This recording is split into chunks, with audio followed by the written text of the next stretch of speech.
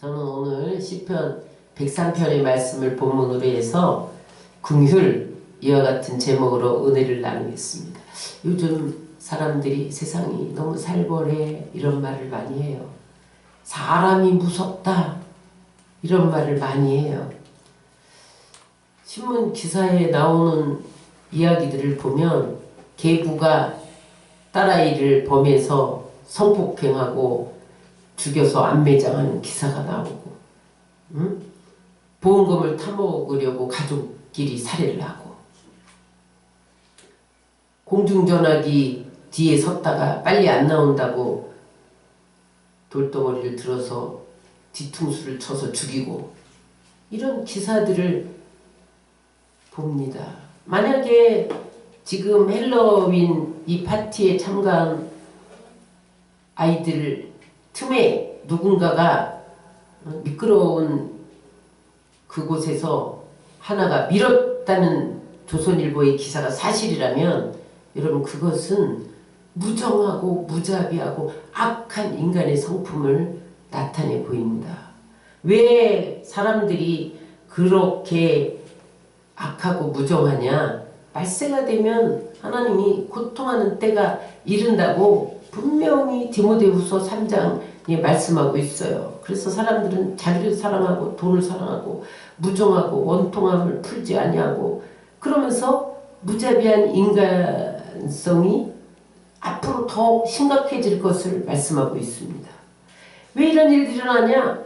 우리 안에 하나님의 성품, 예수님의 성품인 긍휼의 마음이 없기 때문에 이런 무자비한 일들이 일어나는 거예요.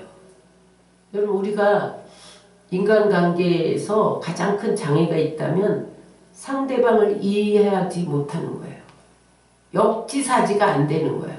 왜 그러냐면 내가 상대방 입장에 서보지 않으면 내가 상대방 처지를 경험하지 못하면 상대방을 이해할 수 없어요. 내가 장애인이 안 돼봤는데 어떻게 장애인을 이해할 수 있겠어요? 내가 정신병에 안 걸려봤는데 어떻게 정신분열 환자를 이해할 수 있겠어요? 이해 못해요. 그런데 여러분 인간을 가장 이해하시는 분이 계세요. 그분이 바로 예수 그리스도예요. 그분은 어떻게 해서 인간을 그렇게 잘 이해할 수가 있었느냐? 그분은 하나님과 동등됨을 취하지 않고 사람의 몸을 입고 오셔서 우리처럼 똑같이 이 세상에서 고난과 아픔과 눈물과 배고픔과 그 인간의 연약성을 그대로 다 체험하시고 그 다음에 본질적인 인간의 속성을 가지고 있었기 때문에 인간을 깊이 이해하고 불쌍히 여기게 되었어요. 그럼 예수님은 죄만 빼고 우리와 똑같은 참 하나님이 되신 것을 믿으시기 바랍니다.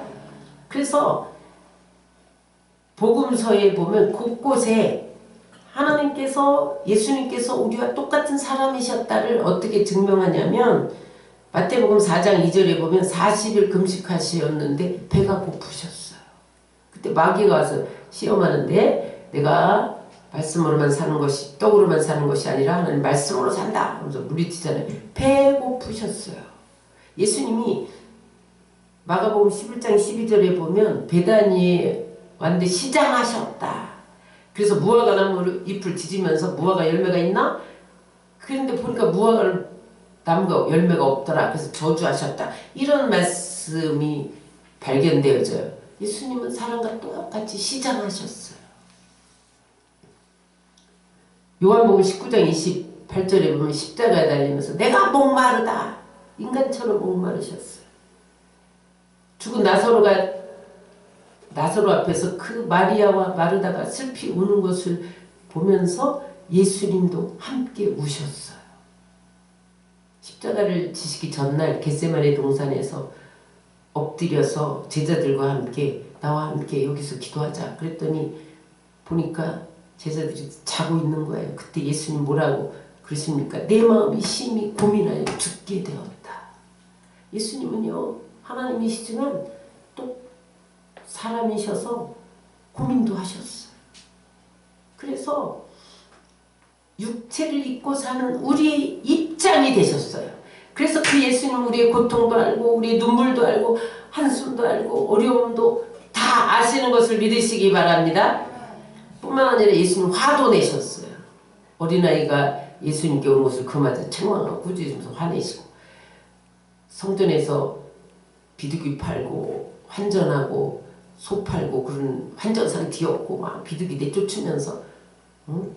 하나님 만민이 기도하는 집을 강도의 구렬로 만들려고 하느냐 막 화도 내셨어요. 의분이라고 그래요. 그것을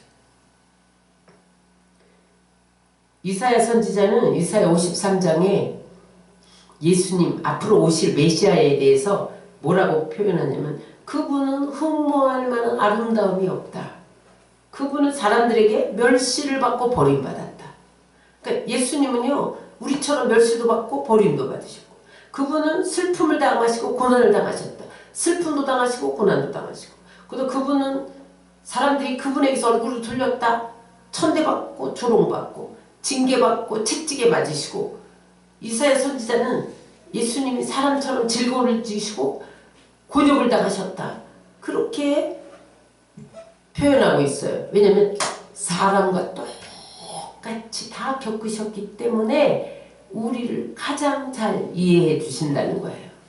그래서 시브리서 기자는 예수님이 우리의 모든 연약함을 체험하셨기 때문에 우리를 이해하신다라고 이렇게 고백합니다. 히브리서 4장 15절 16절 시작.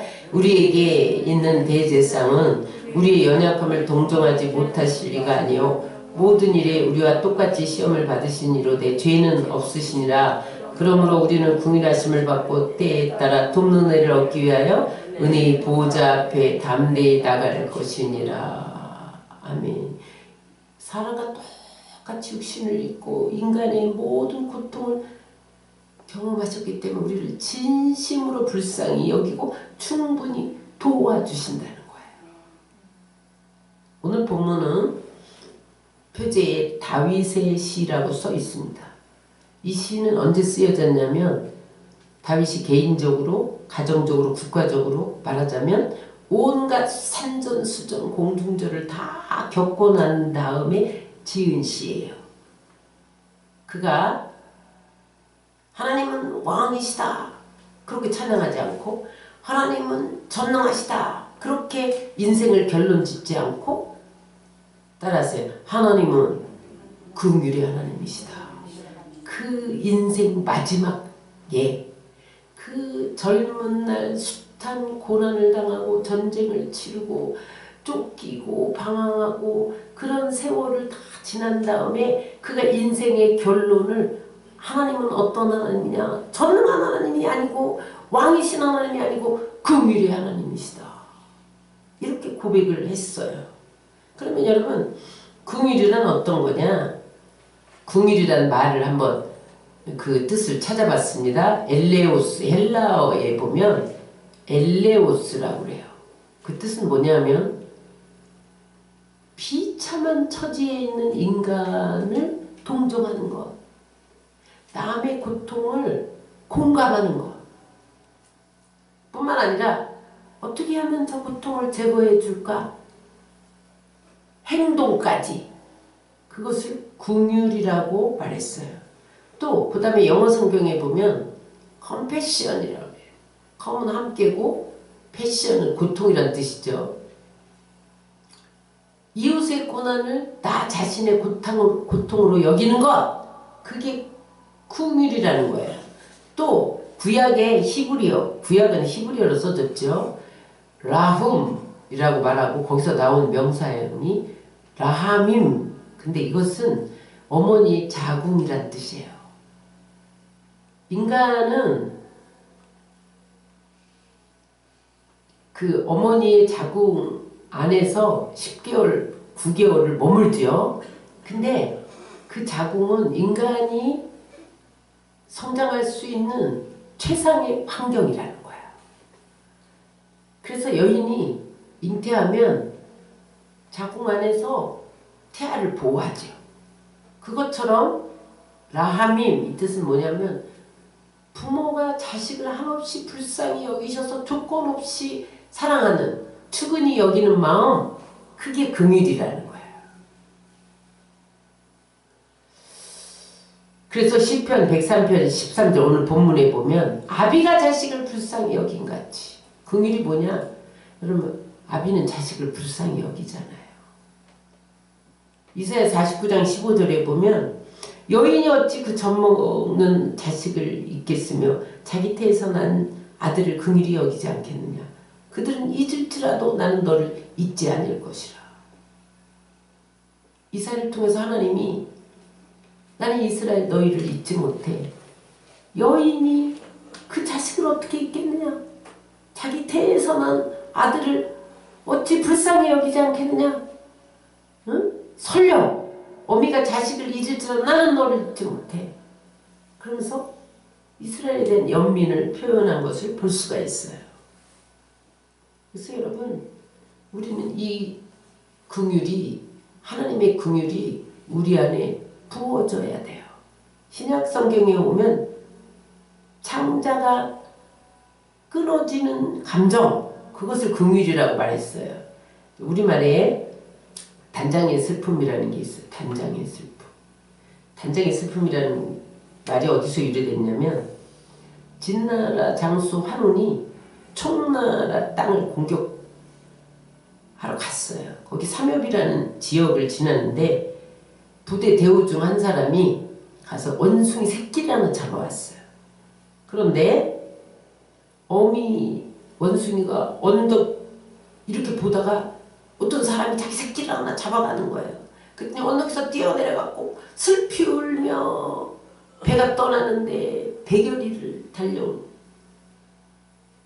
헐떡거리면서 배가 막 떠나는데 배를 못 탔으니까 막 헐떡거리면서 배를 몰아서 배가 딱 섰는데 그 다음에 배에 뛰어들더니 팍 죽어버리더라는 거야. 아유 이상하다. 이게 왜 배에 뛰어들자마자 죽나. 배를 갈라 보니까 창자가 마디마디 끊겼다는 거예요. 그래서 환원이 대단한 화를 내면서 그 새끼 원숭이 새끼를 잡아온 부하를 군영에서 내쫓도록 명했다. 거기에서 이제 단장의 슬픔이라는 게 나왔는데 눈앞에 자기 새끼를 빼앗기고 어디로 가는지 모르는 그 배를 따라서 아기 새끼 걱정을 하면서 얼마나 속이 상했는지 창자가 다 끊어질 정도였다는 거예요. 애가 타고 애가 끓고 애가 끊어지는 상황 그것이 긍휼이라는 거예요. 여러분 예수님은 이 단장의 슬픔을 가지고 우리의 질고와 강고를 친히 경험하시고 십자가에 달리신 것을 믿으시기 바랍니다. 예수님 왜 십자가에 그냥 달리신 게 아니에요. 단장의 슬픔, 창자가 끊어지는 아픔, 너희가 죄로 인해서 고통당하는 모습을 내가 내 창자가 끊어지기까지 너를 불쌍히 여김으로 십자가에 달리지 않고는 견딜 수 없었던 마음, 그것이 예수님의 긍휼이었어요.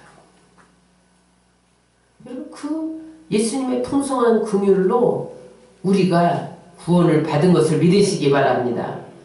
에베소서 2장 4절로 5절은 그 하나님을 긍휼이 풍성한 하나님이라고 이렇게 고백해요. 읽겠습니다. 긍휼이 풍성하신 하나님이 우리를 사랑하신 그 큰 사랑을 인하여 허물로 죽은 우리를 그리스도와 함께 살리셨고 너희는 그 은혜로 구원을 받은 것이라.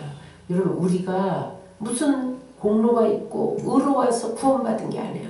하나님이 우리를 불쌍히 여기셨기 때문에 그 은혜로 구원받은 것을 믿으시기 바랍니다. 그러므로 여러분 우리가 이렇게 큰 긍휼로 구원을 받았으니 앞으로 우리는 이 세상에서 어떻게 살아야 되느냐? 긍휼함을 가지고 살아야 한다는 거예요. 예수님의 성품을 가지고 살아야 한다는 거예요. 하나님이 다윗이 하나님 앞에 불쌍히 여김을 받았을 때 하나님은 그 긍휼을 베푸시는 표현으로 어떻게 해주셨냐면 죄를 사해 주시고 병을 고쳐주셨다는 거예요. 다시 말하면 우리가 다른 사람을 긍휼히 여기면 어떤 일이 일어나느냐? 하나님은 우리의 죄를 사하시고 우리의 병을 고쳐주신다는 거예요. 3절을 다 같이 읽겠습니다. 시작. 그가 내 모든 죄악을 사하시며 내 모든 병을 고치시며.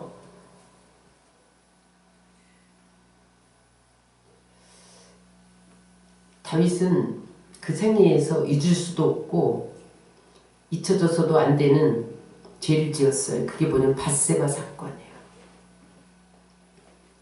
하나님이 다윗을 왕으로 택한 것은 전적인 하나님의 은혜였습니다. 왜냐하면 사무엘이 가서 맏아들에게 기름을 부으려고 했단 말이에요. 왜냐하면 왕위는 맏아들이 이어받게 돼 있어요. 이스라엘 풍속에.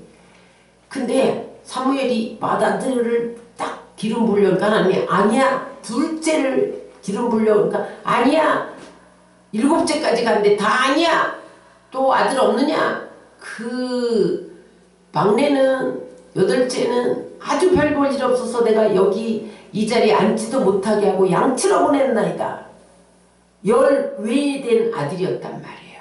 왕따 당하는, 집에서 아들 취급도 안 하는, 허드레기 일이나 시키고 심부름이나 시키고 양이나 치게 하는 그런 아들이었단 말이에요. 그런데 하나님이 그를 왕으로 삼으신 이유가 있어요.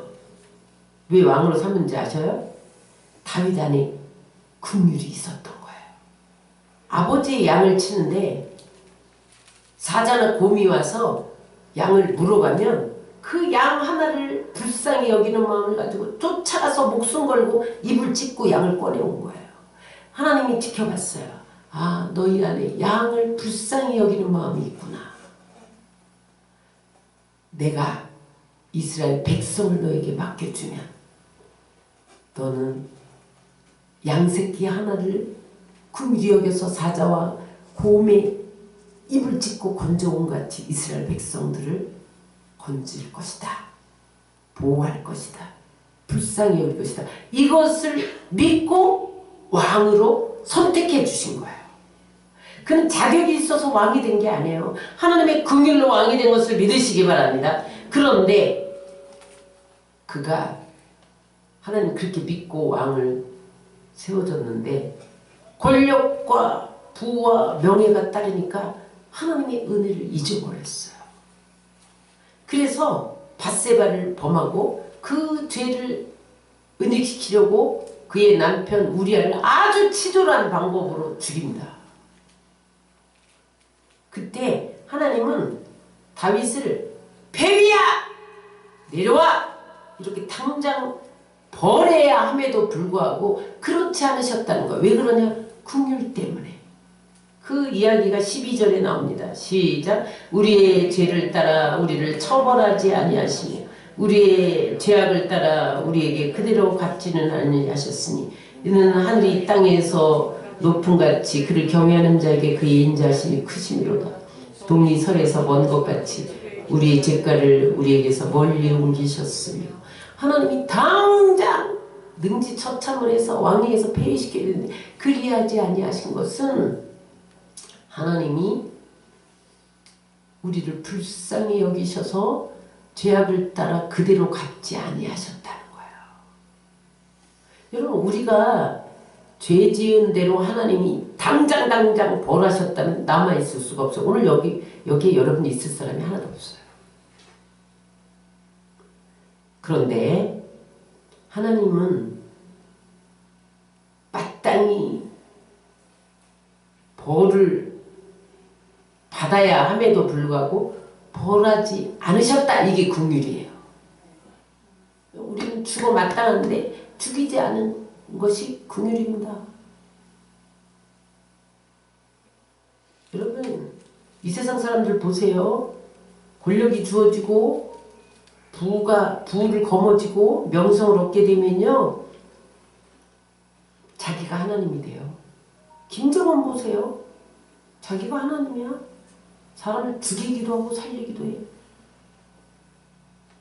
뭐든지 해도 왕은 죄가 안 된다고 생각해요. 여러분 사람이 높아지면요 자기 죄를 합리화시키고 정당화해요. 왜냐면 양심 마비가 돼. 그래서 자신을 못 보게 돼요. 자꾸 착해. 자기 정체성을 잃어버려요. 그래서 왕이 내가 신하 하나쯤은 죽여도 괜찮아. 내가 왕인데 이랬단 말이에요. 신하의 아내쯤 내가 범하는 건 죄가 아니야. 그건 로맨스야. 불륜이 아니라 성운을 입히는 거야. 왕이 불렀는데 이렇게 합리화했다는 거야. 그렇게 1년이 지났단 말이에요. 1년 동안 그는 조금도 양심의 가책도 받지 않고 조금도 하나님 앞에 죄라고 생각하지 않고 왕으로서 죄 지은 자들을 처벌하면서 심판하면서 그렇게 살았다는 거예요. 그런데 하나님이 어느 날 하나님의 긍휼을 가지고 그를 깨우쳐 주십니다.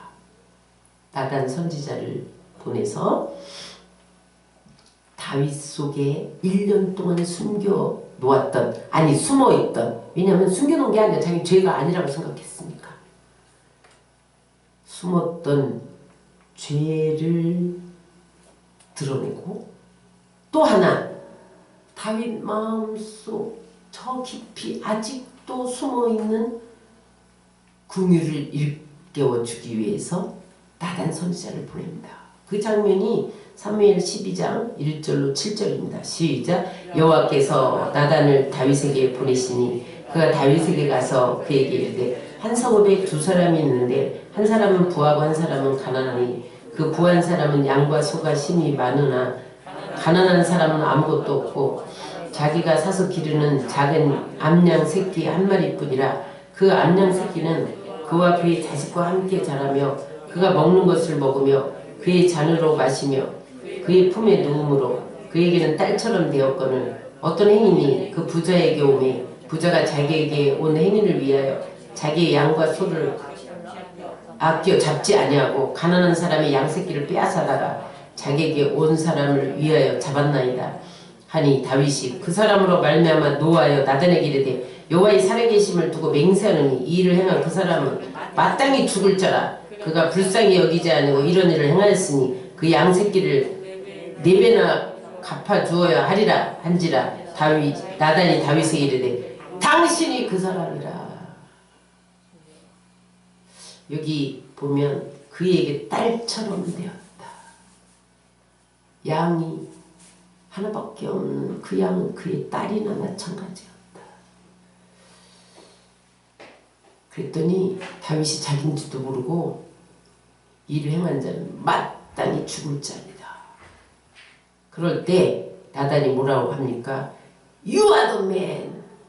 바로 당신.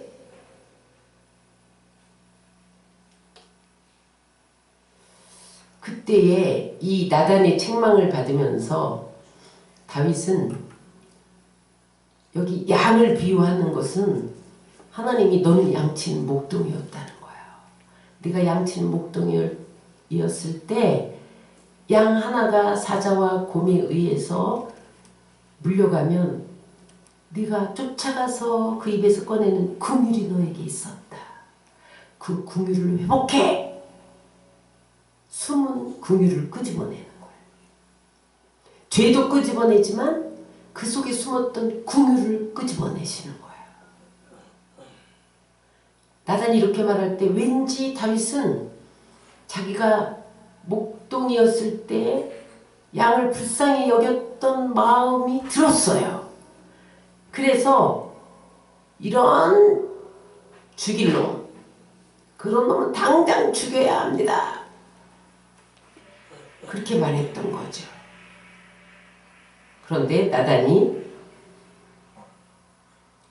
바로 당신이야. 그래서 다윗의 위대한 점은 바로 그 자리에 엎드려서 회개했다는 거예요. 그게 사무엘 12장 13절에 나오는데 다윗이 나단에게 이르되 내가 여호와께 죄를 범하였노라. 하나님 앞에 납작 엎드리면서 그때의 상황을 시로 적은 것이 시편 51편이에요.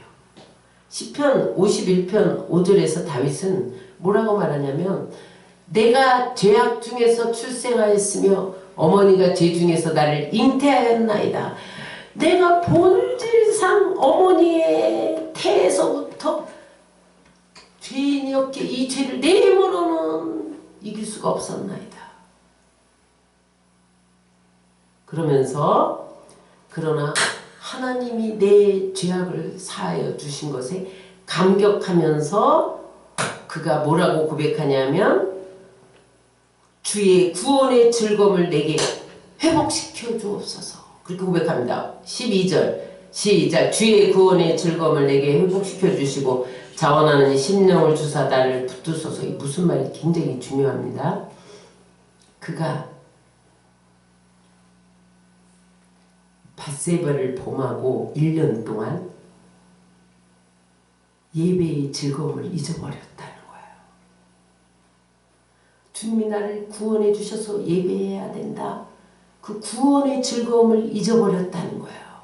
여러분, 예배가 귀찮습니까? 예배 드리기가 싫습니까? 예배하고 멀어졌습니까? 여러분들 안에 죄를 발견해야 됩니다. 죄가 있으면 예배와 멀어지게 돼 있어요. 죄가 있으면 예배가 싫어지게 돼 있어요. 예배의 자리에서 멀어지게 돼 있어요. 그래서 그가 회개한 다음에 하나님 1년 동안 주의 구원의 즐거움을 잊어버렸습니다. 예배의 즐거움을 잃어버렸습니다. 회복시켜 주옵소서. 예배드리지 않다 보니까 양심이 마비돼서 내가 왕인데 신 하나쯤 죽여도 괜찮아. 왕의 신 하나쯤 불륜이 아니고 그것은 성은을 입히는 거야. 이렇게 생각하고 합리하고 정당화했다는 거예요. 여러분, 예배에서 멀어지면 양심이 마비돼요. 그래서 다 합리하고 정당하고 주님의 은총을 잊어버리게 돼 있어요.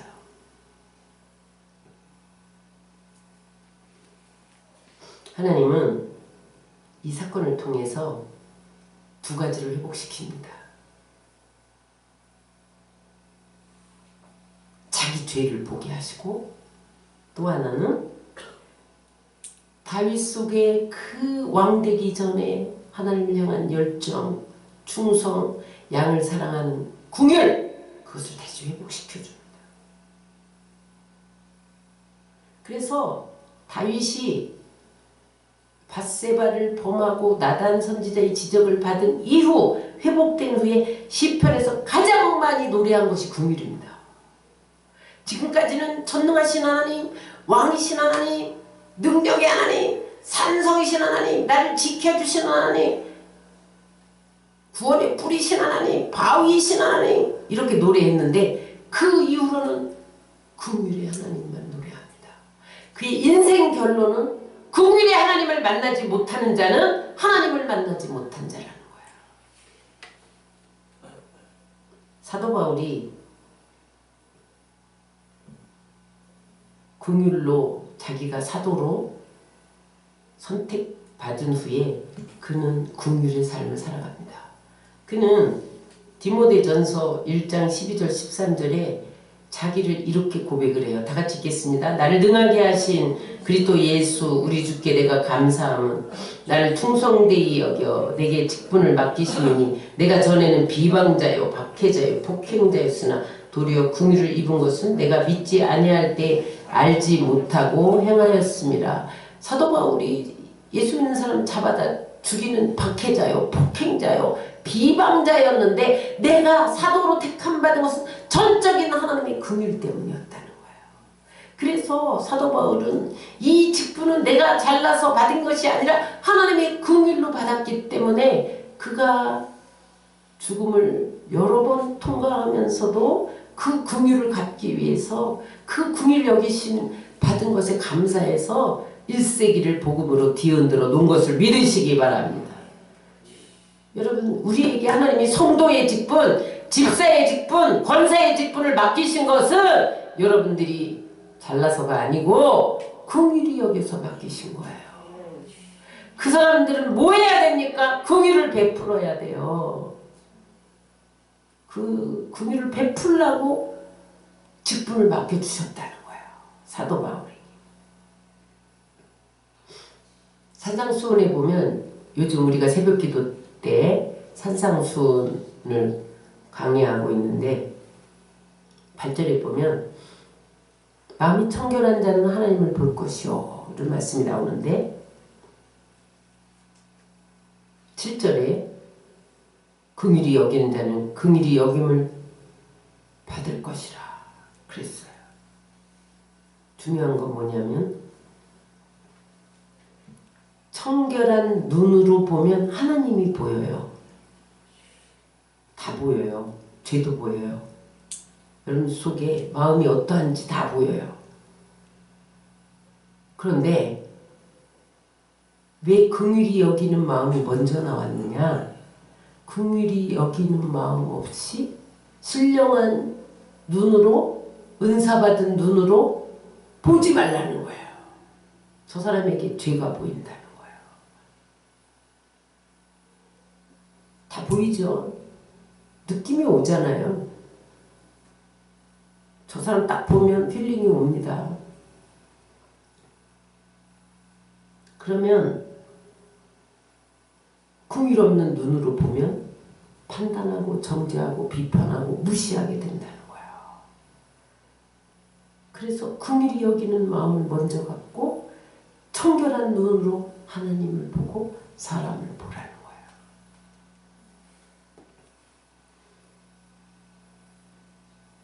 하나님이 다윗을 불쌍히 여기셔서 죄를 사해 주셨어요. 우리가 긍휼을 가지고 사람을 대하면 하나님이 우리의 죄를 사해 주십니다. 또 하나님이 긍휼히 여겨주셔서 다윗의 병을 고쳐주셨어요. 우리가 긍휼을 가지고 사람을 대하면 하나님이 우리의 병을 고쳐주십니다. 여기 병이라는 게 히브리어로 타할루예요.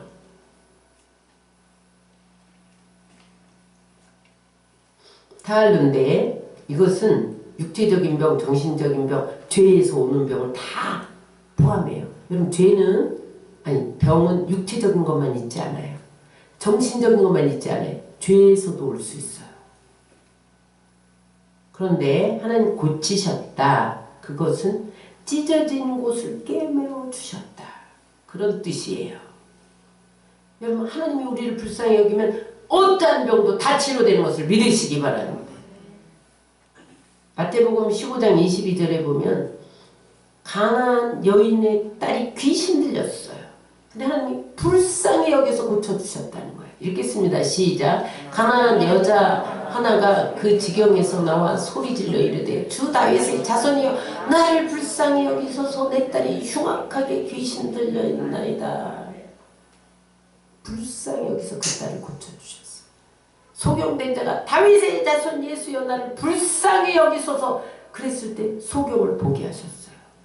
여러분 문둥병자는 당시에 격리된 병이고 사람들 접근하면 안 돼. 근데 하나님이 문둥병자를 불쌍히 여기서 손으로 만져주시고 가서 고쳐주셨다니까요. 마가복음 1장 41절 42절 읽겠습니다. 예수께서 불쌍히 여기사 손을 내밀어 그에게 대시며 이르시되 내가 원하노니 깨끗함을 받으라 하시니 그 나병이 그 사람에게서 떠나가고 깨끗하여 진지라. 여러분 지금도 하루에 코로나가 막 3만 명씩 늘어난다네요. 요즘에 이제 겨울이 되면 더 큰 것이 온다. 이런 기사도 있더라고요. 여러분 우린 태어나면서부터 병에 시달려요. 애기는 안 아픕니까? 애기도 아파요. 요즘에 뭐 우리나라 3대 질병이 뭔지 아세요? 암, 심장병, 뇌졸중. 우리나라 암과 심장병, 뇌졸중 그렇게 많이 사망한다는 거예요. 요즘에는 코로나 바이러스 때문에 많이 사망하죠. 근데 또 그뿐만 아니라 젊은이들에게는요. 조현병, 공황장애, 우울증. 이게 한 가지만 걸리면 다 걸려요. 이 정신병이 있는 사람들 보세요. 대개 조현병이거든요.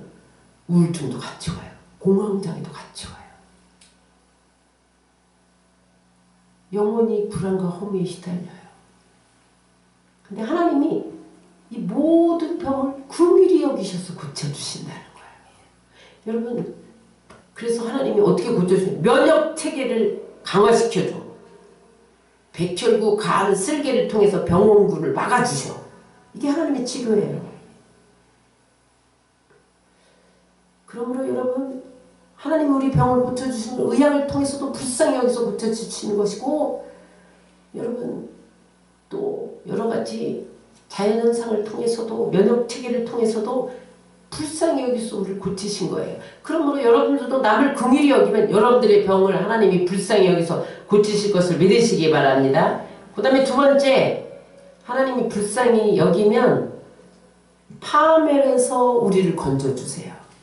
다시 말해서 우리가 또 사람을 불쌍히 여기면 우리의 모든 파멸에서 하나님이 우리를 건져주십니다. 4절입니다. 내 생명을 파멸에서 속량하시고 인자와 긍휼로 관시우시며, 파멸은 무덤, 구덩이, 썩음 그런 의미인데, 또 파멸에서 속량하셨다는 것은 되찾는다 그런 뜻이에요. 형제가 팔아버린 땅을 어떤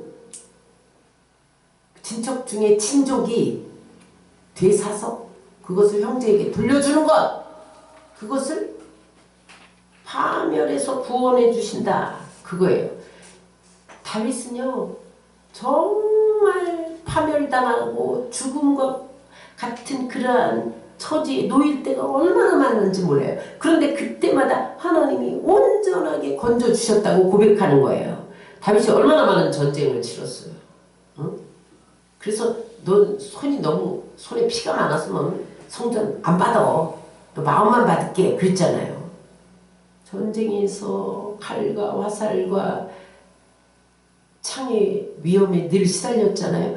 블레셋과 이 전쟁에서 사울이 죽이려고 10년 동안 칼을 휘두르고 3천 군사를 풀고 쫓아다녀 아들 압살롬이 구테타를 일으켜서 왕위를 뺏으려고 칼을 들고 쫓아와서 맨발로 도망가. 여러분 얼마나 파멸의 구덩이에서 무덤에서 썩어져가는 그러한 처지에 놓여 있을 때에 하나님이 불쌍히 여기셔서 자기를 구해 주셨다는 거야. 여러분 우리 충청북도에 지진이 났다고 와 어제 대남 문자가 막 오더라고요. 이 세상에 수많은 사람들이 지진과 전쟁과 교통사고와 전염병으로 죽어가고 있어요. 사단의 활에 맞아서 불신과 의심과 탐욕과 거짓과 그러한 것에 활 맞아서 죽어가고 있어요. 근데 하나님이 그런 파멸에서 우리를 구속해 주셨다는 거예요. 그러나 여러분들이 긍휼을 베풀면 앞으로 어떤 파멸이 우리 가운데 다가온다 할지라도 구해 주실 것을 믿으시기 바랍니다. 그래서 다윗은 인자와 긍휼로 내게 관을 써주셨다. 씌워주셨다. 관이 뭐예요? 왕관. 그래서 하나님이 황태자로 우리를 삼아주셨다는 거. 공주로 삼아주셨다는 거예요. 옛날에는 사단의 자식이 어둠의 자식이었는데 그 긍휼로 우리가 하나님의 자녀가 되었고 하나님이 우리의 아버지가 되셔서 우리를 불쌍히 여기셨기 때문에 우리를 파멸에서 건져주셨다는 거예요. 여러분 이 불쌍히 여김이 여러분들에게 번져가서 여러분들 생애에 파멸이 다가올 때마다 하나님 구해주시고 되돌려주시는 역사를 체험하시기를 주의 이름으로 축원합니다. 세 번째, 하나님이 긍휼히 여기시면 어떤 일이 일어나나. 따라서 좋은 것으로 소원을 만족케 하여 주시고 새롭게 해주신다. 5절 읽겠습니다. 좋은 것으로 내 소원을 만족하게 하사 내 청춘을 독수리같이 새롭게 하시는도다. 하나님이 다윗을 긍휼히 여겼기 때문에 좋은 것으로 소원을 만족시켜 주셨어요.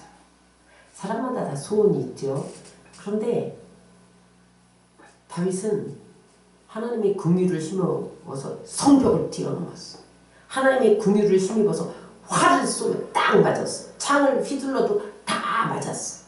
그래서 영토를 확장하고 그때 다윗 시대 태평성대를 이룬 것을 믿으시기 바랍니다. 좋은 것으로만 만족시켜줬다는 거예요. 중요한 것은 하나님이 보시기에 좋은 것과 내가 생각하는 좋은 것이 다를 수 있어요.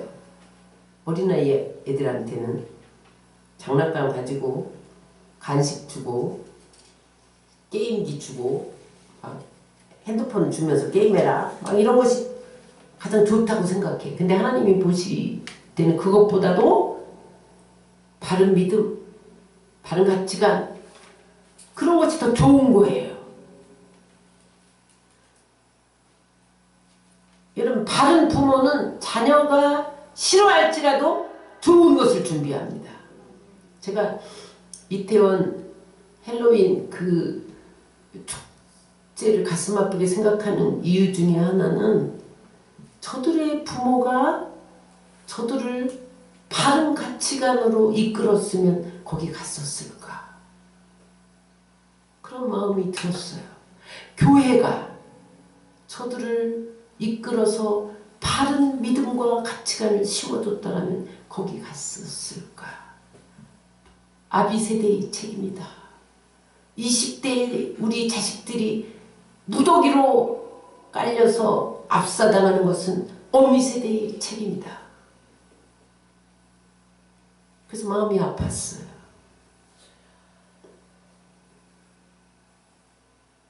하나님은 우리를 불쌍히 여기기 때문에 가장 좋은 것으로 우리의 소원을 만족히 여겨주시기를 원하세요.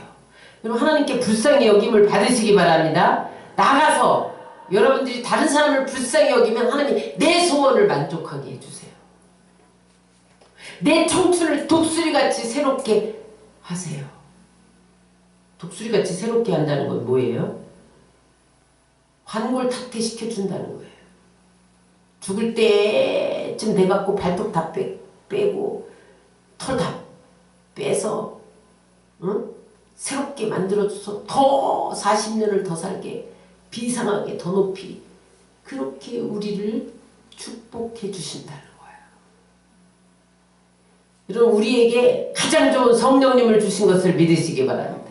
성령이 우리를 청춘을 독수리같이 하세요. 새롭게 만들어주세요. 성령이 오시면 늙은이가 환상을 봐. 젊은이가 환상을, 늙은이도 꿈을 꿔. 긍휼히 여기세요. 하나님, 여러분들의 소원을 만족해 주시고 청춘으로 독수리같이 새롭게 하실 것을 믿으시기 바랍니다. 그 다음에 마지막으로 하나님께서 우리를 불쌍히 여기면 기적이 일어나요. 마태복음 15장 32절 37절에 보면 질병이의 기적이 일어나요. 그럼 성경에 기적이 일어날 때 보면 하나님 불쌍히 여기셨다는 말이 꼭 나와요.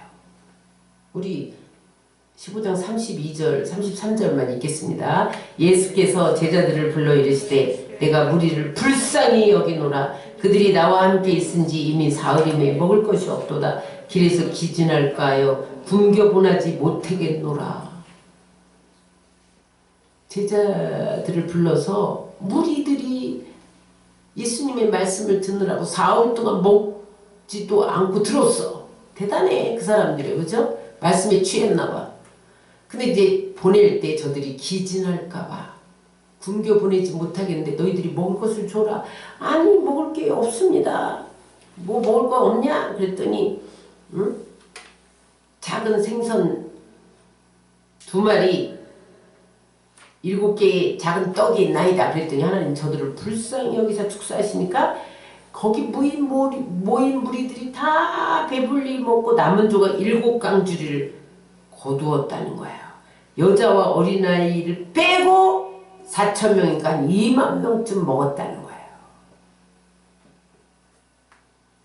오병의 기적도 마찬가지. 민망히 여기사 나사로를 살리신 것도 민망히 여기사.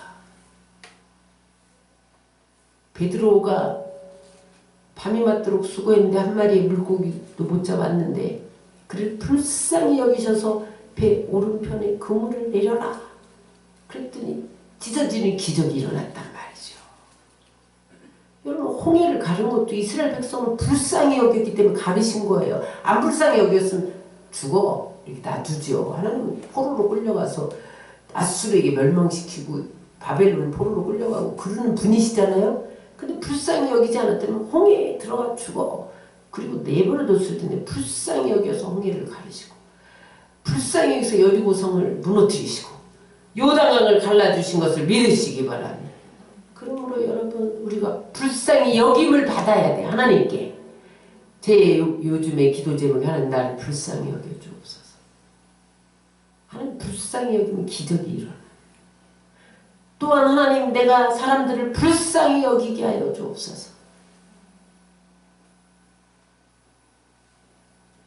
긍휼히 여기시기 바랍니다. 여러분 하나님께 긍휼히 여김을 받고 여러분들이 나가서 사람들을 긍휼히 여겨야 돼요.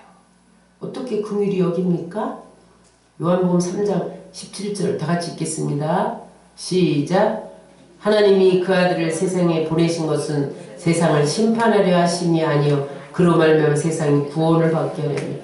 하나님이 독생자를 보낸 이유는 심판하려 보낸 게 아니라 구원을 얻기 위해서 보냈다는 거예요. 무슨 말이냐? 아무도 판단하거나 정죄하거나 무시하거나 없이 여기지 말라는 거예요. 용서해 주라는 거예요. 베드로가 몇 번이나 용서해 줍니까? 70번씩 7번이라도 용서해 줘라. 하나님은 이 땅에 용서하기 위해서 오셨어요. 가늠한 여인이 끌려왔을 때 예수님 뭐라 그랬어요? 죄 없는 자가 돌로 쳐라. 나중에 뭐라 그랬어요? 나도 너를 정죄하지 아니하노니 다시 가서 죄를 짓지 말라. 다윗의 죄는 지금도 반복돼요. 여러분 부와 명성과 권력과 높은 자리에 올라가 보세요. 부하의 아내쯤은 아무것도 아니에요. 그 죄는 반복되고 있어요. 그러나 여러분 다윗을 불쌍히 여기사 그 안에 또 불쌍히 여기는 마음을 회복시키사 많은 사람을 불쌍히 여기라고 용서해 준 것을 믿으시기 바랍니다. 두 번째 어떻게 긍휼히 여기느냐? 적극적으로 긍휼을 행해야 돼요. 선한 사마리아인이 왜 귀합니까? 레위인 제사장이 강도 만난 사람을 모두 불쌍히 여겼어요. 그런데 차이는 뭐냐면 행동으로 옮기지 않은 거예요. 선한 사마리아인만 가서 불쌍해서 치료해주고 여관에다 맡기면서 내가 올 때 부비가 더 들었으면 내가 돈을 줄 테니까 이 사람을 치료해달라고 맡긴 거예요. 행동을 안 한 거예요. 마음으로만 불쌍히 여기지 말고 행함으로 불쌍히 여겨야 그게 진정한 긍휼입니다. 응? 야고보서 2장 17절 시작. 이와 같이 행함이 없는 믿음은 그 자체가 죽은 것이라. 행해야 돼요. 고통당하는 자, 약한 자, 어려움을 당하는 자, 오늘 헬로윈에서 압사당한 자, 그런 사람들을 보고 우리는 위로해 줘야 돼요. 가서 말로 위로해 줘야 돼요. 가서 복음을 전하며 그 유족들에게 구원의 기회를 줘야 돼요. 미국에 이 소식이 전해지니까 미국 대통령이 우리가 도울 수 있는 최대한 도와주겠다. CNN 방송에 그렇게 나왔더라고요. 이게 행함이 있는 긍휼이에요. 그 비보를 듣고 우리도 슬퍼합니다. 우리가 도울 수 있는 한 최대한으로 돕겠습니다.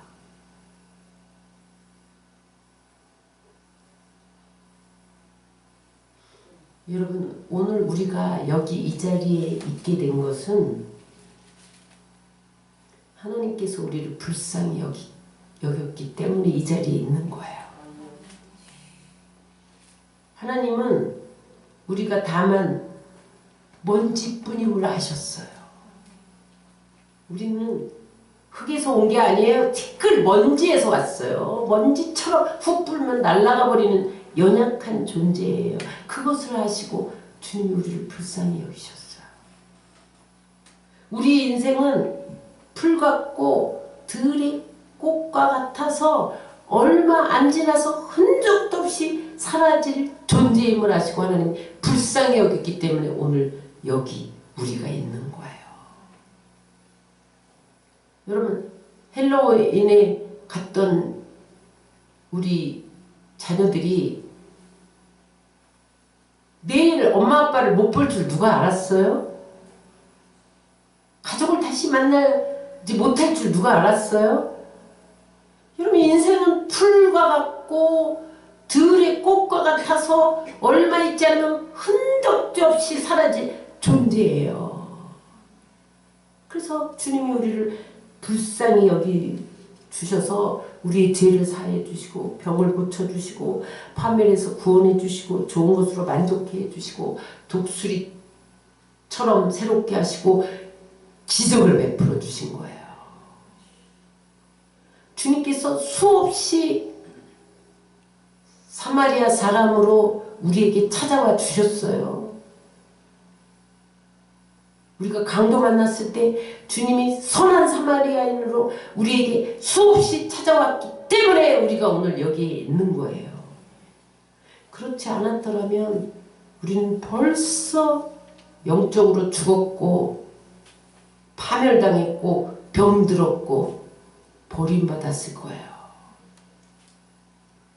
오늘 예수님은 선한 사마리아인의 비유를 통해서 제자들에게 이렇게 부탁합니다. 너도 가서 이와 같이 하라. 선한 사마리아인의 긍휼을 베풀어라. 요즘에 제가 어떤 교회를 하나님이 기뻐하실까? 사람 많이 모이고 헌금 많이 모이고 그래서 큰 일을 하는 교회를 기뻐하실까?